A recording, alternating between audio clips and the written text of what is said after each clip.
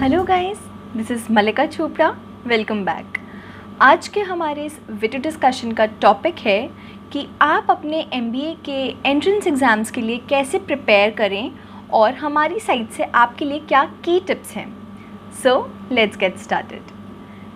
पहली चीज़ कि अगर हम अपने एमबीए के एंट्रेंस के एग्ज़ाम के लिए अपीयर करना चाहते हैं तो एक चीज़ तो आप ध्यान में रख लीजिए कि ये चीज़ ओवरनाइट नहीं हो सकती कि आपने सोचा कि हफ्ते बाद एग्ज़ाम है और अब पढ़ना स्टार्ट कर देते हैं, क्योंकि ये आपके ग्रेजुएशन का कोई थ्योरेटिकल पेपर नहीं है।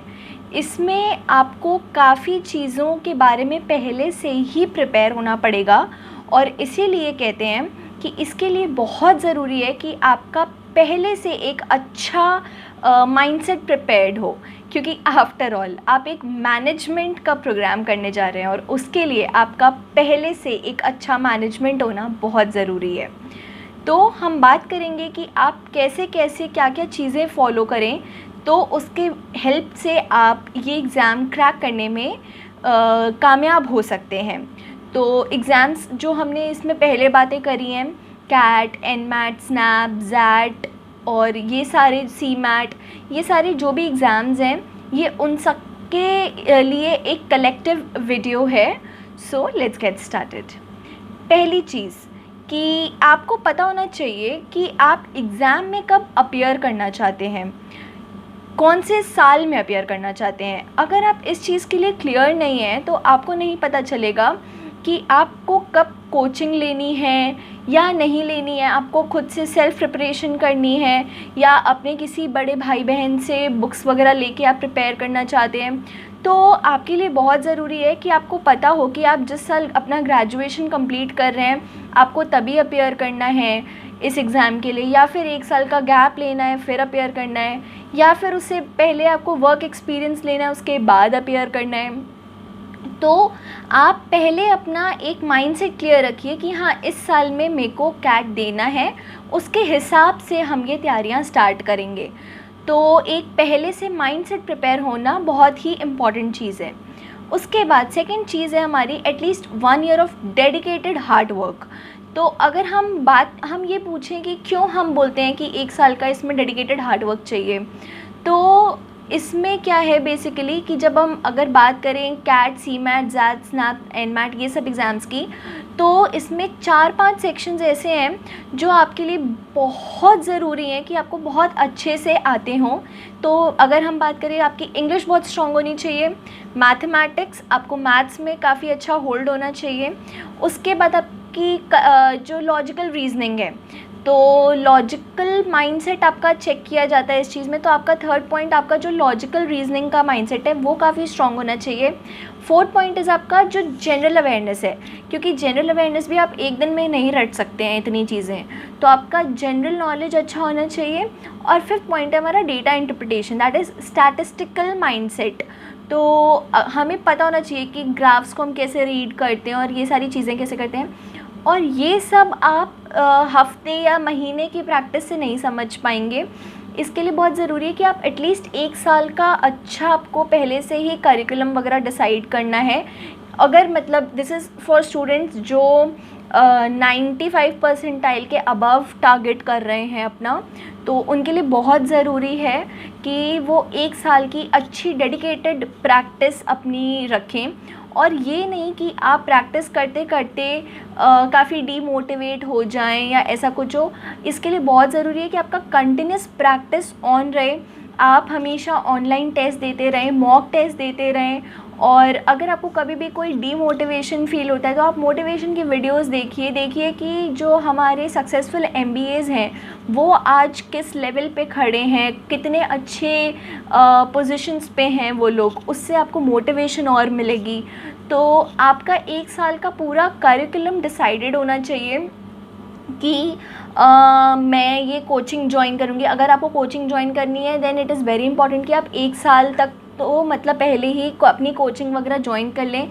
नहीं तो क्या होता है कि कुछ लोग जो लास्ट में जो हमारा रैपिड कोर्स वो लोग जो अपना चलाते हैं, वो जो लोग ज्वाइन करते हैं उन्हें फ़ीस भी उतनी ही देनी पड़ती है और उनको टाइम भी पढ़ने का कम मिलता है।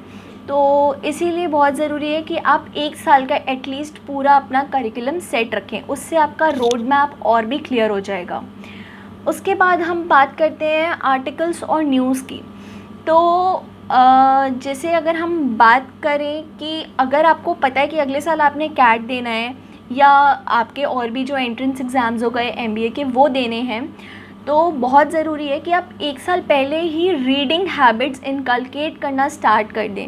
ये चीज़ क्योंकि बहुत जल्दी नहीं आती है, इसके लिए ज़रूरी है कि आप छोटा छोटा बेबी स्टेप्स लें और उसके बाद आप में ये चीज़ आपकी हैबिट धीरे धीरे बनती जाती है। तो आप कोई भी न्यूज़पेपर फॉलो करिए, चाहे आप बिज़नेस स्टैंडर्ड ले लीजिए, आप मिंट ले लीजिए, आप ये सारे जो इकोनॉमिक टाइम्स वगैरह हैं। इकोनॉमिक टाइम्स बेसिकली बिगनर्स के लिए थोड़ा टफ़ होता है, तो रिकमेंडेशन है कि आप मिंट वगैरह यूज़ करिए। मिंट की लैंग्वेज भी अच्छी होती है, आपको न्यू वोकैबलरी भी मिलेगी और उसमें इंटरेस्टिंग टॉपिक्स भी आपको मिलेंगे। जो उसका एडिटोरियल पेज वगैरह होता है आप उसमें ज़रूर पढ़ें। और अगर आपको लगता है कि आपको न्यूज़पेपर पे पढ़ने की हैबिट नहीं डालनी है, तो ये बहुत अच्छी चीज़ है कि आप न्यूज़पेपर को पेपर पे मत पढ़िए, बट आप अपने कंप्यूटर स्क्रीन या फ़ोन के स्क्रीन्स पे पढ़िए। इससे क्या होगा कि आप और भी ज़्यादा तैयार हो जाएंगे अपने एग्ज़ाम के लिए, क्योंकि ये जो सारे हमारे एंट्रेंस टेस्ट वगैरह होते हैं ये हमारे कंप्यूटर स्क्रीन पे होते हैं। तो कंप्यूटर स्क्रीन पे जो हमारी रीडिंग की स्पीड होती है थोड़ी सी कम हो जाती है, क्योंकि पेन पेपर पे क्या होता है, अगर हमारे पास कोई पेपर है और पेन है तो हम उसको आराम से पढ़ते हैं। तो इसीलिए बहुत ज़रूरी है कि अगर आप उसको कंप्यूटर की स्क्रीन पे पढ़ें तो वो चीज़ और भी इम्पॉर्टेंट होती है। ऑल्सो जब आप न्यूज़ और आर्टिकल्स वगैरह पढ़ेंगे तो उससे आपकी जनरल नॉलेज काफ़ी अच्छी हो जाएगी, जो कि हमारा एक सेक्शन भी होता है। अगर हम कुछ एग्ज़ाम्स की बात करें तो उसमें जनरल नॉलेज भी पूछते हैं कुछ एंट्रेंस एग्ज़ाम्स में। और अगर आपका जीडी और पीआई वगैरह होता है हमारा, जब भी हम कोई भी स्कूल में एडमिशन के लिए जाते हैं तो एक एंट्रेंस टेस्ट क्लियर करने के बाद हो सकता है आपको जीडी और पीआई वगैरह भी देना पड़े। उसमें भी आपकी जनरल नॉलेज टेस्ट हो सकती है, तो उसमें भी ये आपको काफ़ी हेल्प करेगा। और स्पेशली अगर आप उसमें अपना फिगर्स और डेटा कोट करोगे कि मैंने ये आर्टिकल मिंट में पढ़ा और यहाँ से ये मैं डेटा बोल रहा हूँ, तो उससे भी काफ़ी अच्छा आपके ऊपर इम्पैक्ट आएगा। तो ये हो गया हमारा न्यूज़ और आर्टिकल्स के बारे में। उसके बाद अगर हम बात करें बेसिक मैथमेटिक्स की, तो आप मैथमेटिक्स से बहुत डरिए मत। मेरा ये सबसे बहुत बड़ा रिक्वेस्ट है कि आपके कैट की एग्ज़ाम में या कोई भी, अगर हम एमबीए के एंट्रेंस की एग्ज़ाम्स की बात करें तो उसमें आपसे डिफरेंशिएशन, इंटीग्रेशन वगैरह नहीं पूछेंगे। वो आपसे बेसिक मैथमेटिक्स पूछेंगे। चाहे हम रेशियो प्रोपोर्शन ले लें, परसेंटेज ले लें, टाइम डिस्टेंस स्पीड ले लें, तो ये सारी बहुत ही इजी चीज़ें और बेसिक चीज़ें हैं। तो हमें ये कोशिश रखनी है कि हम इन सबको एक नॉर्मल तरीके से लें और हम भागें ना मैथ्स से। काफ़ी लोग भागने लगते हैं मैथ्स से, तो इसीलिए बहुत ज़रूरी है कि आप अपना जब भी आप अपना, जैसे 1 साल पहले की हमने बात करी कि आप 1 साल पहले ही सोच लें कि आपने एमबीए देना है, तो आप हर दिन थोड़ा थोड़ा मैथ्स, थोड़ा थोड़ा लॉजिकल रीजनिंग और थोड़ी थोड़ी इंग्लिश, हर चीज़ पे फोकस हर दिन करें। तो अगर आपका मैथ्स एक डेली लाइफ में बना रहेगा तो उससे आपका जो मेन डे होगा एग्ज़ामिनेशन का, तब तक आपके माइंड में काफ़ी कॉन्फिडेंस वगैरह इनबिल्ट हो जाएगा। तो ये चीज़ हो गई हमारी मैथमेटिक्स के लिए कि आप उससे भागिएगा मत और आप लॉजिकल रहिए। आपका जो हमारा मतलब लॉजिकल रहने से ये है कि जब हम अपने एमबीए के एंट्रेंस एग्ज़ाम्स देते हैं तो उसमें कई जगह आपका लॉजिकल माइंडसेट चेक होता है। इसीलिए हम उसमें वो लोग लॉजिकल रीजनिंग का भी एक सेक्शन रखते हैं। उन्हें देखना है कि कौन कितना लॉजिक से सोच रहा है। तो लॉजिकल रीजनिंग के सेक्शन में स्पेशली और मैथ्स के सेक्शन में भी स्पेशली ये मत करिए कि अगर आपको कोई फॉर्मूला नहीं याद आ रहा है तो आप फॉर्मूला ही सोचने में अपना पूरा टाइम निकाल दें, बट उसको एक लॉजिकल माइंड से सोचिए कि क्या होना चाहिए उसका आंसर।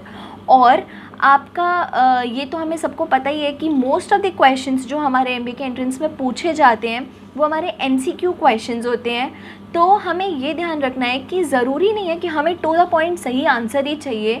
कभी कभी आपका एलिमिनेशन प्रोसेस भी बहुत काम आ सकता है। एलिमिनेशन प्रोसेस से हमारा मतलब है कि हम आंसर्स को क्रॉस करते जाएं कि क्या क्या आंसर्स बिल्कुल हो ही नहीं सकते। तो अगर हमने कोई क्वेश्चन पढ़ा और उसमें हमें ये बताना है कि जो 4 ऑप्शन हो सकता है उसमें से 2 आपको साफ समझ में आ जाए कि यार ये तो आंसर हो ही नहीं सकता है, तो उसको आप पहले ही क्रॉस कर दें। तो ये चीज़ बहुत इम्पॉर्टेंट हो जाती है। और अगर कोई ऐसा एंट्रेंस टेस्ट है जिसमें अगर आपको आपकी नेगेटिव मार्किंग नहीं है और अगर आप ऐसे ही कोई भी आंसर मार्क करना चाहते हैं, तो भी बहुत इम्पॉर्टेंट है कि आप पहले एलिमिनेशन प्रोसेस लगाएं कि क्या क्या आंसर्स नहीं हो सकते और उसके बाद जो 2 ऑप्शंस बचे उनमें से कोई एक आंसर पे टिक लगाएं।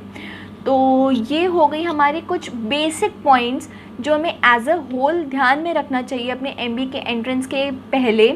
तो गाइज़ आप ये सारी चीज़ें ध्यान में रखिए। और अगर आपको हमारे से कोई भी क्वेश्चंस हैं देन प्लीज़ आप उसको कमेंट सेक्शन में ज़रूर पूछिए। अगर आपने हमें अभी तक सब्सक्राइब नहीं किया है then please do subscribe us, keep liking our videos, keep following us. अभी हम आगे की वीडियोस में हर सेक्शन में लाइक लॉजिकल रीजनिंग की हम अलग बात करेंगे, वर्बल एबिलिटी की बात हम अलग करेंगे। हम सारे सेक्शंस की इंडिविजुअल वीडियोस अभी डालेंगे कि हमें क्या क्या टिप्स एंड ट्रिक्स माइंड में रखनी है। तो guys keep following us, keep liking our videos, हमारे को आप सब्सक्राइब ज़रूर करिए। So good luck, good bye, thank you.